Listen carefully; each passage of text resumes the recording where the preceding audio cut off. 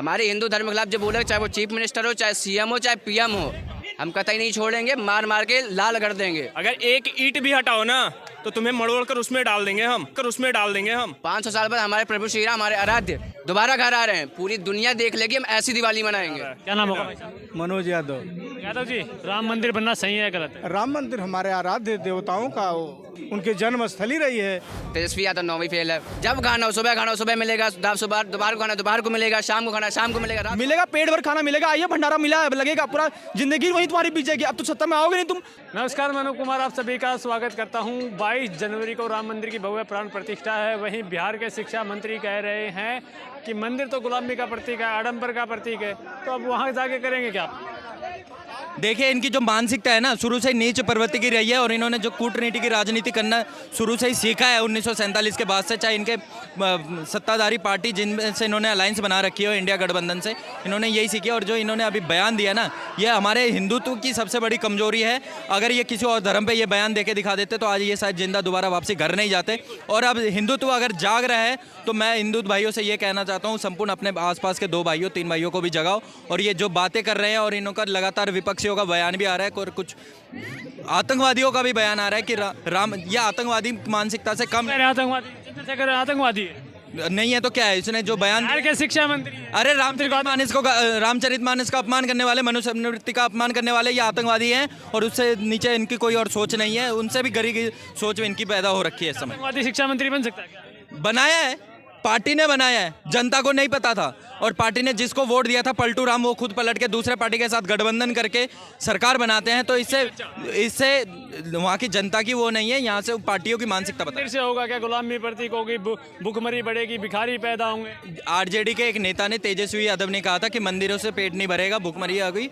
उनको ये बता दीजिए, देखो हिंदू और सनातन अब मंदिरों से भी पेट भर लेंगे, एक प्रसाद खा के भी अपना पेट भर लेंगे, 2 दिन भूखे रह के भी गुजारा कर लेंगे, लेकिन उसके बाप की तरह जानवरों का चारा खा के अपना जीवन यापन नहीं करेंगे। और जानवरों के जो चारा घोटाले में जो सजा यापन काट रखे हैं वो दूसरे को ये बयान देते हैं। बातों से कितना इत्तेफाक रखते हैं? कह रहे कि मंदिर के सामने तो भिखारी पैदा होते हैं। मंदिर के सामने अगर भिखारी पैदा होते पत्रकार महोदय, और ये जो बात करते हैं कि मंदिर के जगह हॉस्पिटल और स्कूल बनना होता, तो पत्रकार महोदय आपको भी पता होगा कि कोई अगर हॉस्पिटल में सीरियस कंडीशन में होता है तो डॉक्टर भी यही कहता है कि आप ऊपर वाले से दुआ कीजिए, उनसे प्रार्थना कीजिए।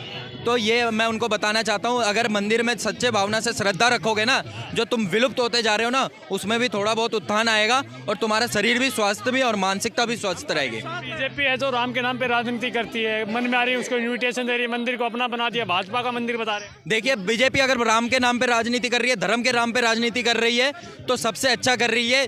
एक प्रजा तभी उत्थान पे जाता है जब उसका राजा धर्म को लेकर सबसे आगे चलता है। देखिए, किसी भी देश की उन्नति वहाँ के धर्म को लेकर अगर आगे चलोगे, उसकी पद को लेकर आगे चलोगे, तो सबसे अच्छी होगी जो हमारा भारतवर्ष अभी हो रहा है। एक मिनट आ रहा हूँ आपके पास। कुछ युवा हैं मुस्लिम समाज के, वो कह रहे हैं कि राम मंदिर को बम से उड़ा देंगे।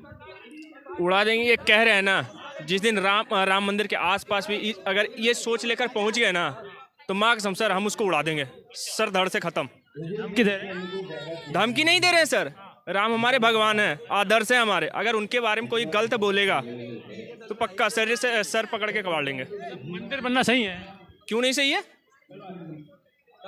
क्यों नहीं सही है ये बताइए। बिहार के शिक्षा मंत्री कह रहे हैं कि मंदिर गुलामी का प्रतीक है। सर वो शिक्षा मंत्री नाम के हैं, शिक्षा उनके पास है ही नहीं, शिक्षा ही नहीं है उनके पास। तो वो शिक्षा मंत्री, वो तो 9th फेल मुख्यमंत्री का वहाँ उम्मीदवार बना हुआ है, और शिक्षा मंत्री मेरे ख्याल से 5वीं फेल होगा, जो इस तरह की बातें कर रहा है वो। बिल्कुल सर, पाखंडवाद फैलाता है, आडंबर फैलाता है। अरे सर, इस देश में सबसे ज़्यादा मंदिर साउथ साइड में, साउथ इंडिया की तरफ। उससे अगर पाखंड फैलता या तो भी जो बोलते हैं कि इससे क्या होगा, एक साल में 1 लाख करोड़ से ऊपर जीडीपी में उसका हेल्प दिया जा रहा है। क्या नाम होगा? मनोज यादव। यादव जी, क्या देखते हैं 22 जनवरी को राम मंदिर की भव्य प्राण प्रतिष्ठा हो रही है, कैसे देखते हैं? बहुत ही अद्भुत, बहुत ही सराहनीय। इसको हम इसको गम में थोड़े परिवर्तन में हमारे, हम तो इसको सपा के सांसद हैं, आपके तो यादव समाज की पार्टी है सपा, उसके सांसद हैं, वो कह रहे हैं कि काला दिन मनाएंगे हम 22 तारीख को। ये बताइए, आप जो खाते हैं वो हमारे पेट में आता है हमारे पेट में नहीं खाएगा उसी के पेट में। जो पेट में जो खाएगा, जो कहेगा उसे वही कहेगा। दूसरे पर क्यों आप ऐसा। अब एक यही तो गड़बड़ी है कि मान लीजिए मोदी जब 2014 में सरकार में आने की स्थिति हुई तो 30% यादवों ने वोट किया था। 100% में से 100% किसने किसको वोट किया मैं उस पर बात ही नहीं कर रहा। राम मंदिर बनना सही है गलत है? राम मंदिर हमारे आराध्य देवताओं का जो है धर्मस्थली, उनकी जन्मस्थली रही है और कर्मस्थली, भगवान का मंदिर, विष्णु तो अवतार। बिहार के शिक्षा मंत्री हैं चंद्रशेखर, वो कह रहे हैं कि मंदिर गुलामी का प्रतीक है, आडंबर का प्रतीक है। जिसकी जैसी भावना वैसे वो देखता है। अब चंद्रशेखर की जहाँ तक राजनीतिक बात है तो भाई जो सत्ता में रहता है वो। आप युवा हैं, बिहार के शिक्षा मंत्री ने जो बयान दिया आपने देखा होगा, कितना मैं उनका बयान सुना, लेकिन बहुत तकलीफ हुई। अब क्या ही कह सकते हैं, जिस तरह से वो बिहार के शिक्षा मंत्री है, तो आप एक आंकड़ा लगा सकते हैं कि बिहार की शिक्षा नीति क्या जाएगी। समझिए, जिस तरह से वहाँ पे एक मुसलमानों के लिए एक अलग से कैलेंडर जब तैयार कर दिया जाता है उनके लिए अलग से, तो सोच लीजिए उनका जो मुगलों वाला सोच है वो बाबर की औलाद है, वो हिंदुओं की औलाद नहीं, वो बाबर की औलाद है। इस तरह से उनकी जो मानसिकता है कुत्तों वाली, वो इस तरह से भोग रहे हैं। राम मंदिर उनका मंत्री को वो क्या बोले फिर उनको, जब हमारे सनातन धर्म को इस तरह से वो गाली दे रहे हैं, बक रहे हैं, तो क्या बोल सकते हैं हम उनको? हम बोलेंगे, वो बोलेंगे, वो बोल सकते हैं, वो बोल सकते हैं, हमारी हम नहीं बोल सकते, वो बोल सकते हैं कुछ भी, हम नहीं बोल सकते कुछ। ऐसे कहाँ से भाई निकल गए वो? हाँ, शिक्षा नीति है, उनको ध्यान से कोई भी बयान देना चाहिए। वहाँ पे किसी विधायक से मिलते हैं तो विधायक बोल देता है कि क्या वहाँ कोई अजीब से कोई जो इन्विटेशन पे बात करते हैं, जेडीयू के प्रवक्ता बोल देते हैं कि क्या वहाँ पे कुछ चल रहा है। मैं इतना आपत्तिजनक, मंदिर खाने को थोड़ी ना देगा, खाने को नहीं देता।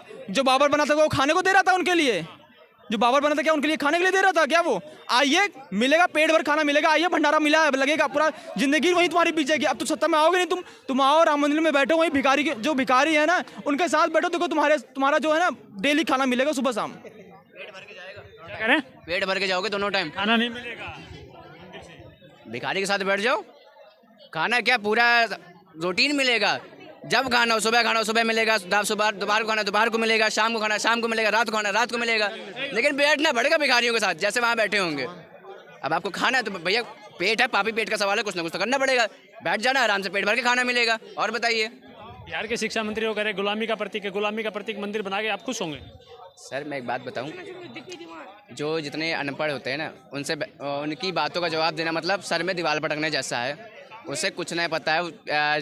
तेजस्वी यादव 9वीं फेल है, उसको उसके बारे में मुझे पता नहीं, आपने मुझे बताया है।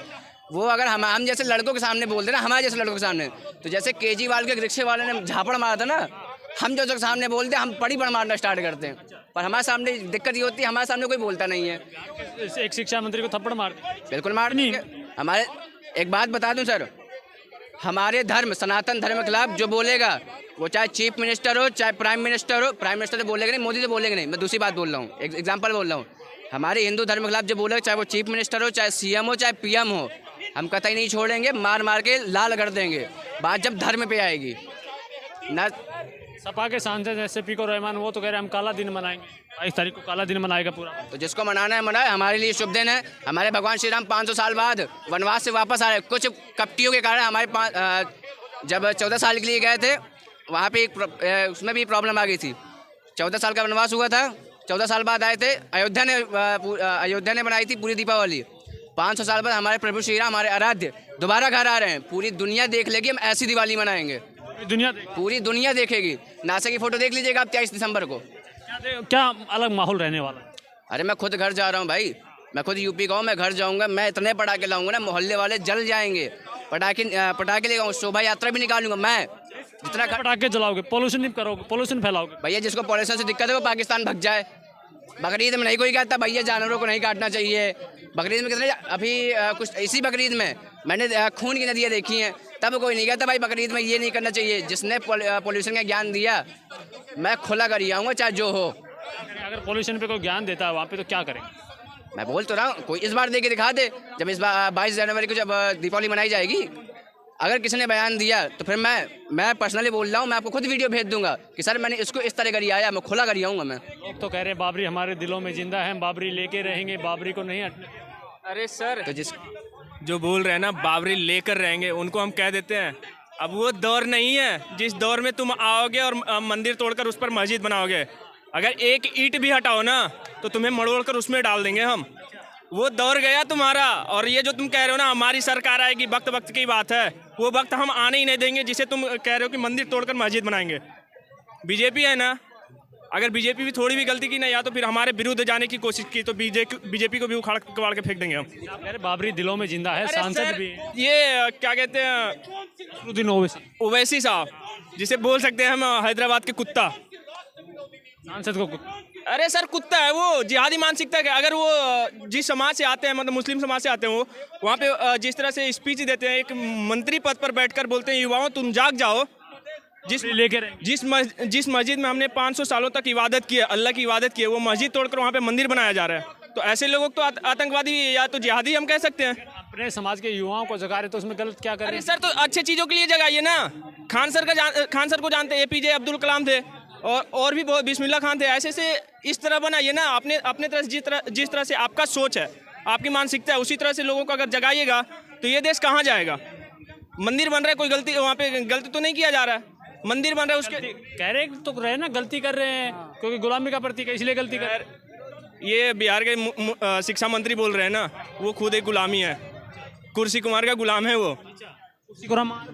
कुर्सी कुमार वही नीतीश, जो हम तो कभी कभी खुद पे एक शिक्षा मंत्री को गुलाम कह रहे हैं, एक मुख्यमंत्री को कुर्सी कुमार कह रहे हैं। कुर्सी के लिए कभी इधर कभी उधर पलट जाते हैं वो।